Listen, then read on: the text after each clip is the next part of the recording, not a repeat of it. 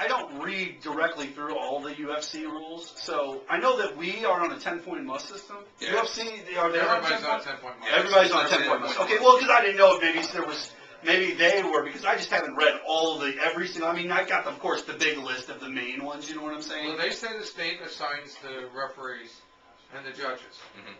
Huh. And because otherwise you're picking your own, and then the judging wouldn't be very fair. True. So the state assigns them, but still, they should be held accountable. If the guy doesn't, if he doesn't do a good job, he needs to be, held. He needs to be reprimanded. Yeah, we look at it and at least go over it and just say, well, show us how you came up to those conclusions. Yeah. We've done it for years, and we've really worked hard at it. And a lot of these shows, the worst thing about it, I think, is the judging and the refereeing. Yeah. I mean, how does a guy go up there and he puts his heart and soul into it, and then the guy cheats him? Well, I can tell you this. The other day, we called a fight, and what does it mean to call the fight? We just announced. We do the play-by-play. For the radio or for TV? Well, see, right now what happens is all the video footage gets sent to us, so we're not live. What we're trying to attempt to get to is eventually a point where they are taking us, bringing us to each town, which might be starting to happen slowly, where they bring us in, we call the fight live, play-by-play, i.e. Mike Goldberg and Joe Rogan style, you know what I'm saying, where you got the two guys. But who's listening? The crowd doesn't listen to you. Yeah, the crowd doesn't listen to us. Eventually, this is going to probably turn into a pay-per-view type deal.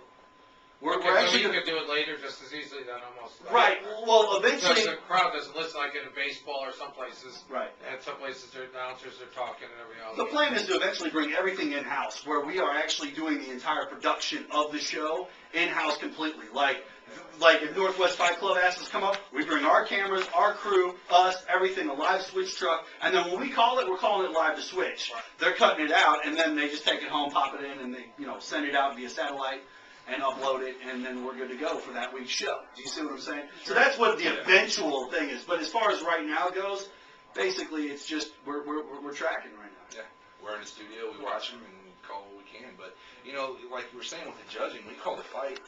And the guy won by split decision, but he was on top. Now, it was a very long round fight. It was a lot of grabbing. Yeah.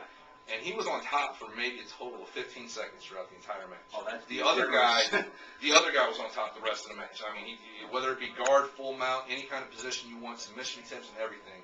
And the guy who was on top the most, had the most submission attempts and the most landed strikes, lost by split decision. Yes. I mean, and for the most part, I can kind of justify usually where judges will see it. And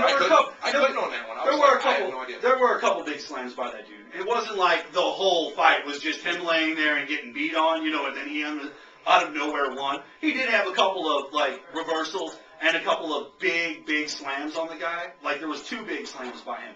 Unfortunately, though, we both, you can hear it when we call the show, when you listen to that Combat Showcase, we both say that we think so-and-so should win, and then all of a sudden, because we don't watch it first and then do it. What we do is we run through it so that it's natural right off the top the first time. We don't want to go in with a preconceived notion of what we're calling about, you know what I'm saying? Even though that might be a really good situation. Like you see it. Yeah, that's what you're like. We want to stay fresh, you know what I'm saying? Because then you're going to get the most honest reaction from us, as opposed to if we know so-and-so's going to get knocked out, we can give you a fake reaction, and you're going to be like, oh, that's crappy. Yeah. Well, you can date them by anything else. Just don't let it go to the referees. And that's pretty sad.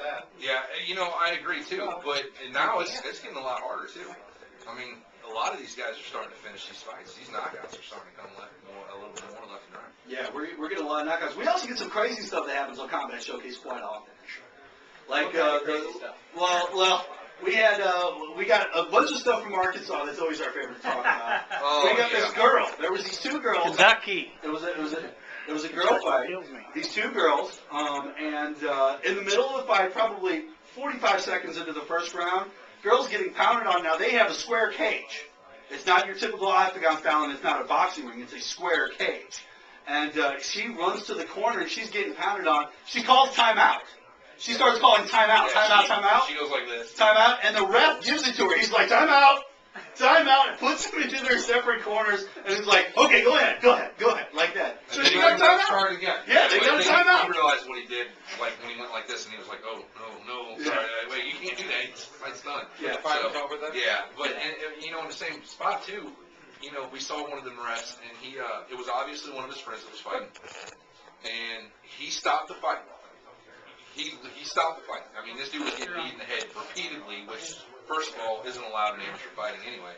And he was getting kneed repeatedly in the head, stopped the fight.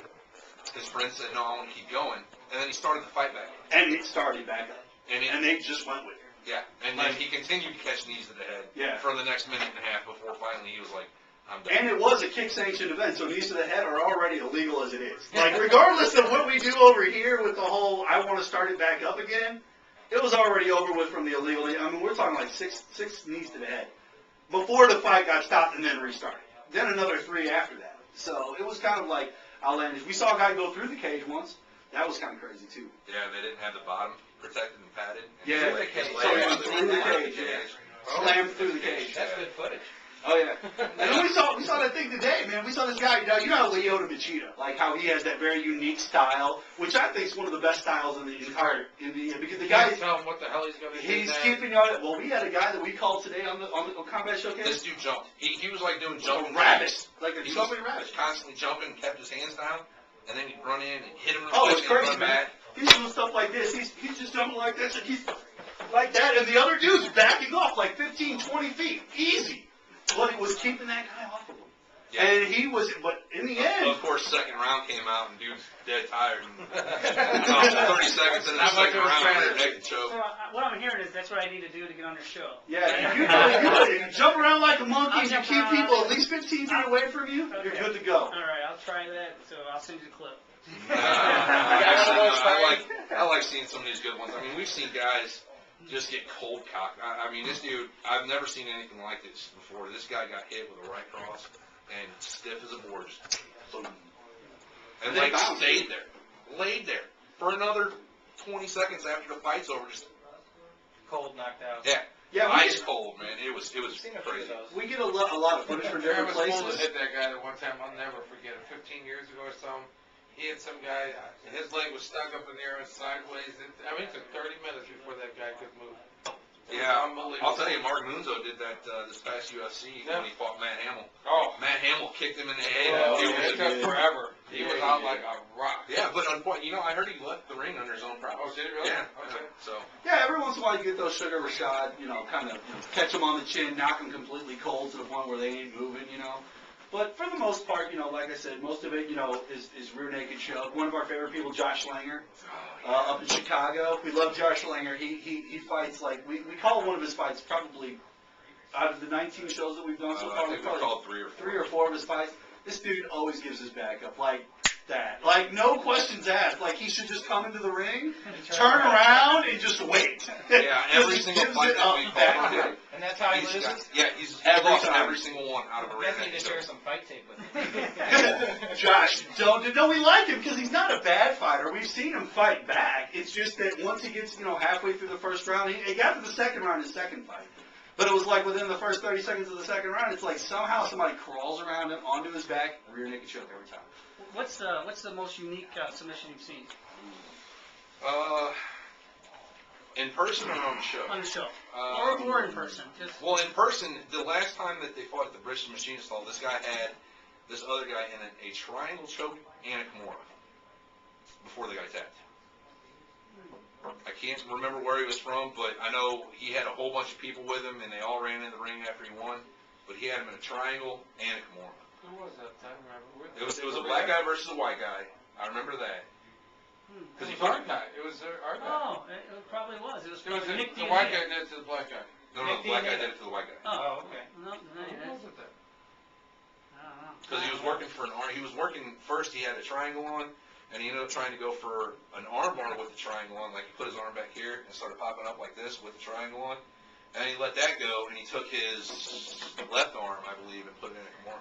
I wouldn't say that there's necessarily, that was a very unique one, but I didn't get to see that one. As far as for me goes, I don't really see very unique ones. I'll see modified versions of stuff. Like for us, if we get to call a plot of any sort whatsoever, omoplata, gogoplata, anything, that's pretty unique for us because they don't come around too often. You got to put a person in a pretty specific position, or even a Darce. Darces don't even come around all that often, But But we called one today. Actually, we thought was kind of interesting. It was like a guillotine. Yeah. It was a guillotine, but I think the guy was like 3/4 cocked, and the guy was on his back. So